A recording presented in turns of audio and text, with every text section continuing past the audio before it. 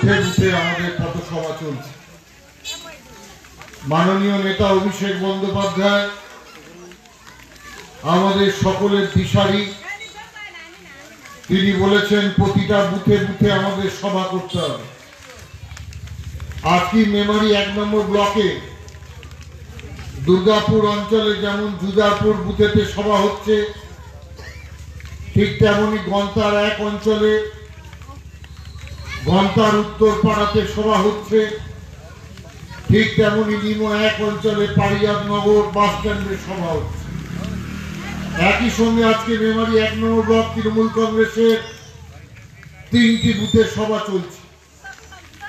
আমাদের নেতৃত্ব চতুর্দিকে বক্তব্য রেখে বেড়াচ্ছেন, মানুষকে সংগঠিত করছেন, বাঙালির উপর অবহেলা, বাঙালির উপর অত্যাচারের বিরুদ্ধে প্রতিবাদ জানাচ্ছেন। আমরা আজকে জুদারপুর গ্রামে এসেছি, এখানে বক্তব্য রেখেছেন মেমারি 1 পঞ্চায়েত সমিতির কর্মাধ্যক্ষ তসবিনা, বক্তব্য রাখবেন সংখ্যালঘু সেলের সভাপতি মীর পারভেজ। আজকে সভার আয়োজন করেছেন এই অঞ্চলের সভাপতি তথা দুর্গাপুর গ্রাম পঞ্চায়েতের উপপ্রধান নিতাই ঘোষ। মঞ্চে উপস্থিত আছেন এই পঞ্চায়েতের প্রধান আসিয়া বিবি, আছেন এই এলাকার সমস্ত নেতৃত্ববৃন্দ। আমি সকলকে ধন্যবাদ জানাই এই কারণে যে তারা দলের নির্দেশকে অক্ষরে অক্ষরে পালন করে প্রতিটা বুথে বুথে সভা করে চলেছে। আপনারা জানেন মমতা বন্দ্যোপাধ্যায়ের আন্দোলন, জুদারপুর গ্রামের মানুষ জানেন মমতা বন্দ্যোপাধ্যায়ের বিপ্লবের কথা, সিপিএম এর বিরুদ্ধে লড়াইয়ের কথা,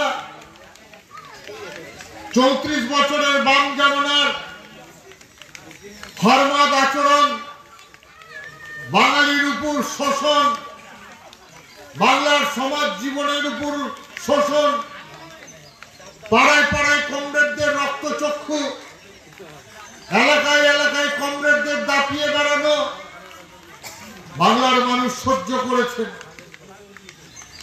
বাংলার মানুষ ভেবেছিলেন মুক্তি চায়, কিন্তু মুক্তির দিশারি কে হবে?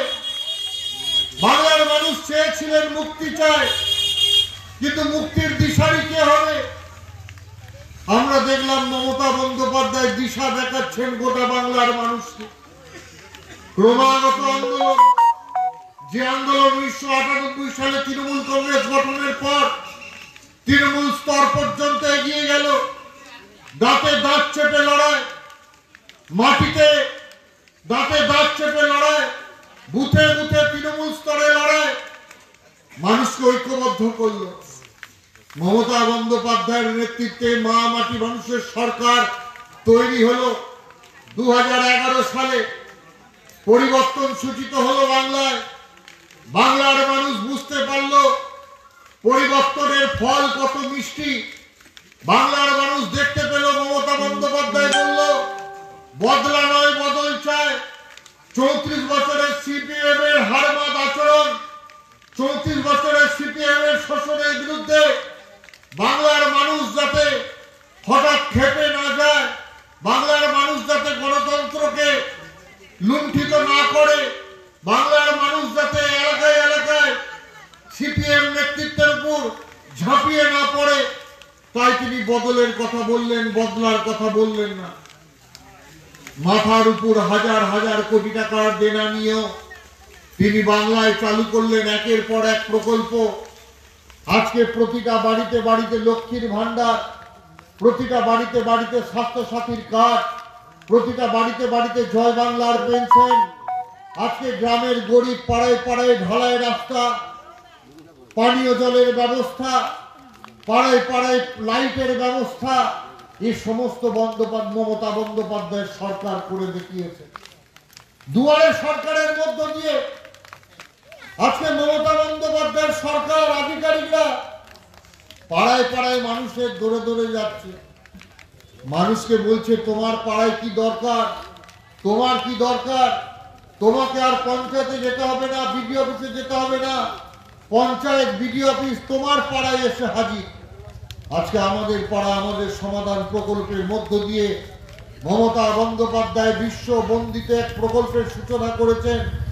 কখনো ভাবতে পারেনি কোন শাসক, কখনো ভাবতে পারেনি কোন রাজ্যের মুখ্যমন্ত্রী, কখনো ভাবতে পারেনি বিশ্বের কোন নেতা নেত্রী যে মমতা বন্দ্যোপাধ্যায় এভাবে নিজের সরকারকে মানুষের পাড়ায় পাড়ায় পৌঁছে দেবেন। এক অকল্পনীয় বিষয়।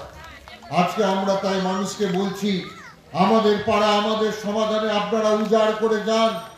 আপনার পাড়ার কোথায় ঢালাই রাস্তা দরকার, আপনার পাড়ায় কোথায় ড্রেন দরকার, আপনার পাড়ায় কোথায় পানীয় জলের অসুবিধা, আপনি সরাসরি বিডিও অফিসের লোককে জানাতে পারছেন, পঞ্চায়েতের প্রধান উপপ্রধানদের জানাতে পারছেন এবং সরকারি আধিকারিকরা সেটা লিপিবদ্ধ করে নিচ্ছে।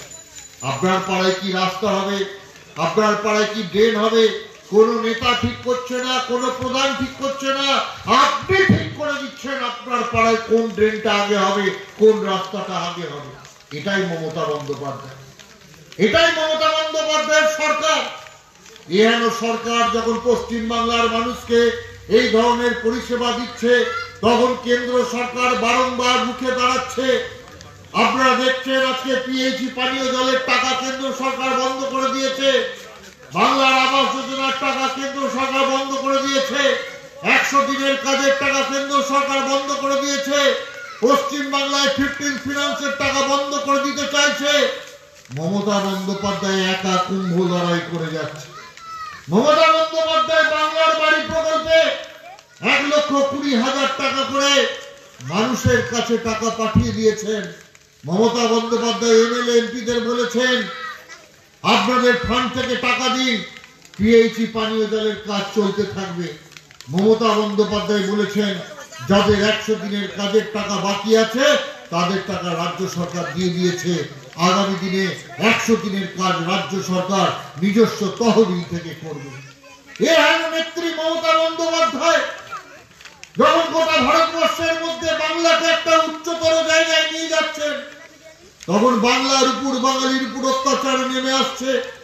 আমরা উড়িষ্যায় দেখতে পেলাম, আমরা আসামে দেখতে পেলাম, আমরা দিল্লিতে দেখতে পেলাম, আমরা সুরাটে দেখতে পেলাম, আমরা গুজরাটে দেখতে পেলাম। যারা বাংলা ভাষায় কথা বলছে তাদের বাংলাদেশি তকমা দিয়ে অনুপ্রবেশকারী বলে তাদেরকে পুশব্যাক করার কথা বলা হচ্ছে।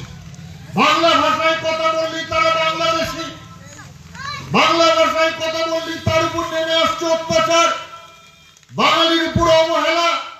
আজকে বাংলায় হিন্দু মুসলমানের লড়াই লাগিয়ে দেওয়ার চেষ্টা হচ্ছে। বাংলার মানুষ বিজেপিকে ভোট দিচ্ছে না বলে তাদের ভাতে মারার চেষ্টা হচ্ছে। বাংলার উন্নয়ন ডেভেলপমেন্টের টাকা আটকে দেওয়া হচ্ছে। আজকে বাংলাকে পঙ্গু করে দেওয়ার চেষ্টা হচ্ছে। আমরা তার প্রতিবাদে এই সভা করতে এসেছি। তাই বন্ধুগণ, আপনাদের বলবো, আমাদের একমাত্র ভরসা শীত গ্রীষ্ম বর্ষা, 365 দিন মানুষের ভরসা মমতা বন্দ্যোপাধ্যায়। আমায় স্বাস্থ্য বীমা দিচ্ছে, যে সরকার আমায় লক্ষ্মীর ভান্ডার দিচ্ছে, যে সরকার ভক্ত মাটি, এ মাটি আমাদের সকলের আদরের মাটি, এ মাটিকে কখনো কেউ নষ্ট করতে পারবে না। তাই আমাদের সকলকে সংঘবদ্ধ হতে হবে। আপনারা জানেন মানুষে মানুষে দ্বন্দ্ব লাগিয়ে দেওয়া হয়েছে, হিন্দু মুসলিম পারে। আসুন আপনারা সকলে মিলে মমতা বন্দ্যোপাধ্যায়ের সঙ্গে থাকুন, মমতা বন্দ্যোপাধ্যায়ের পাশে থাকুন, মমতা বন্দ্যোপাধ্যায়ের সাথে থাকুন এবং আগামী দিনে আমরা মমতা বন্দ্যোপাধ্যায়কে আরো বেশি করে শক্তিশালী করব। এই শপথ নিয়ে সকলকে আমার ধন্যবাদ, আমার মুসলিম ভাই বোনেদের সালাম, আমার আদিবাসী ভাই বোনেদের জোহার জানিয়ে আমি আমার বক্তব্য শেষ করছি। সকলে ভালো থাকুন, সুস্থ থাকুন। বন্দে মাতরম। তৃণমূল কংগ্রেস জিন্দাবাদ, মমতা বন্দ্যোপাধ্যায় জিন্দাবাদ, অভিষেক বন্দ্যোপাধ্যায় জিন্দাবাদ। জয়